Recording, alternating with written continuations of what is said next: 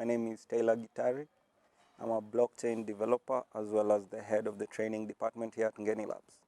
In my life so far, I've noticed that change is inevitable. Change is like a constant. So what we try to do at NGENI Labs, at the Trading Academy here, is we try to control that change. So we get recent graduates from STEM universities, we take them through the training program.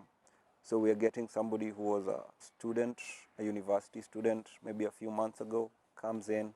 We teach them how to be a decent Web2 developer. From there on, we teach them how to become a competent Web3 developer. So we control that whole change from being a student to being a decent Web2 developer to being a competent Web3 software engineer. We have a unique approach to our training program. So when we hire new recruits, we provide them with all the basic necessities they might need to successfully go through with the training program. So one of the things we do is we provide them laptops, we provide them with a residence close to the office premises, we provide them with full sustenance program from breakfast to lunch to dinners. So we do all that so that we make sure that they have no distractions. We provide allowances for them monthly. We provide transport when it's needed. So during our training program, we pair every individual developer trainee that we have with a more experienced senior blockchain software engineer. During the training program, we also make sure that the developers are busy. So we provide projects for them to do, from hackathons to getting participation in what the senior developers are working on, real client projects. So by taking part in those real client projects with the help of the senior developers, it prepares them for when they actually finish their training and they join our more senior blockchain engineers. We make sure that all our developers are kept on their toes. This involves keeping them busy with things like hackathons, getting involved in client projects that the more senior software engineers are doing at NGENI Labs. So by actually having them get involved in such projects, we make sure that they are ready for when they actually finish their training and get onboarded to the NGENI software engineering team. Our training program is about 6 to 8 months. So we get new recruits and we take them through introductions to blockchain and Web3 essentials. So that way they understand at least the basics of what we're trying to do. So when we hire new developers, we try to screen them. So we want guys who already have some experience with Web2 technologies. So it's easier to move on to another technology when you have some basic understanding of other technologies. So by targeting university graduates with some experience already with Web2 development, it's easier to mold them to become experienced blockchain software engineers. During training, all our developers are attached to a more senior blockchain software engineer.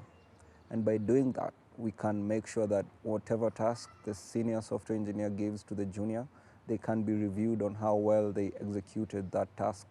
Some of the main topics that we make our developers go through is things like writing smart contracts in Solidity. So Solidity is the main language for writing smart contracts for EVM compatible chains. EVM stands for Ethereum Virtual Machine. So any blockchain that is an EVM compatible chain can be written in Solidity.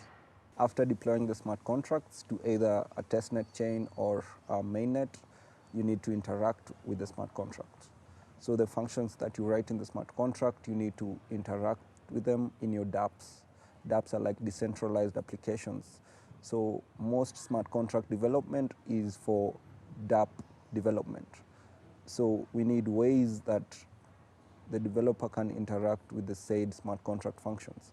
And some of the tools that we use for this are like Ethers.js and Web3.js. So they have functions that make it easier to interact with the blockchain. Since NGENI Labs started in the year 2020, we've had 11 cohorts so far. So each cohort has 3 members. In NGENI HQ, currently we have 9 members of the training department. That's cohort 8 to 11 who are still in training. The rest have graduated and some of them work for us now on full-time basis.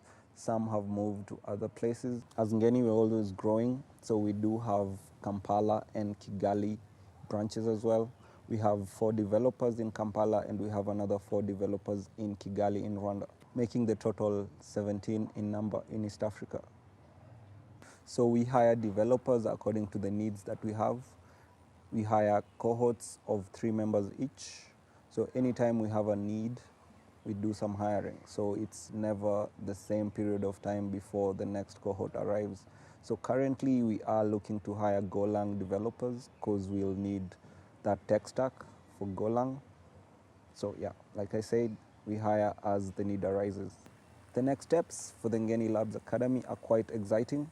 We do have plans to partner with some of the leading training organizations here in Kenya and beyond. And by doing that, we position ourselves to offer more to our developers and be more competitive as a Web3 training academy. The other plans that we have is monetizing the department actually.